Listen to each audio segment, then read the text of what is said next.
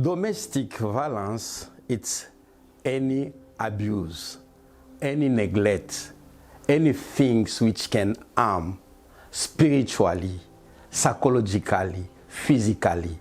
It's also sexual abuse, verbal abuse, psychological abuse that actually demoralized your partner. And it's not permitted in our culture. So many cases, people tend to excuse themselves saying that I didn't know that it was domestic violence. Men has a lot of role to play in actually alleviating domestic violence in communities. It is a weed that we don't want to see in the African communities. Yes, domestic violence is a weed that has come to disorganize our healthy land that I call a family. Domestic violence affects the whole family in different ways.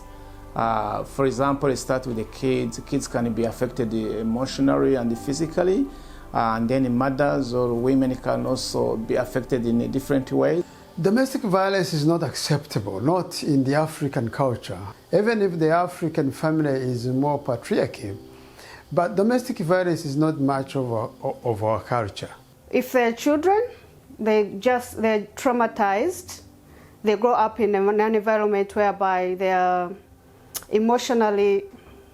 not emotionally fine. Which leads to chaos and broken homes, which eventually may lead to divorce, court actions, and the likes. Its effect actually ripples down to the children, which may not good for their health. When we deal with domestic violence cases, women tend to face many issues, such as like a physical, for example, physical abuse is one of the main things.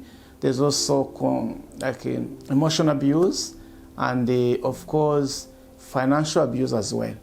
So we all see these things happening, and of course, it does not mean that men also do not experience domestic violence. They do, but it's very low rate compared to women and children.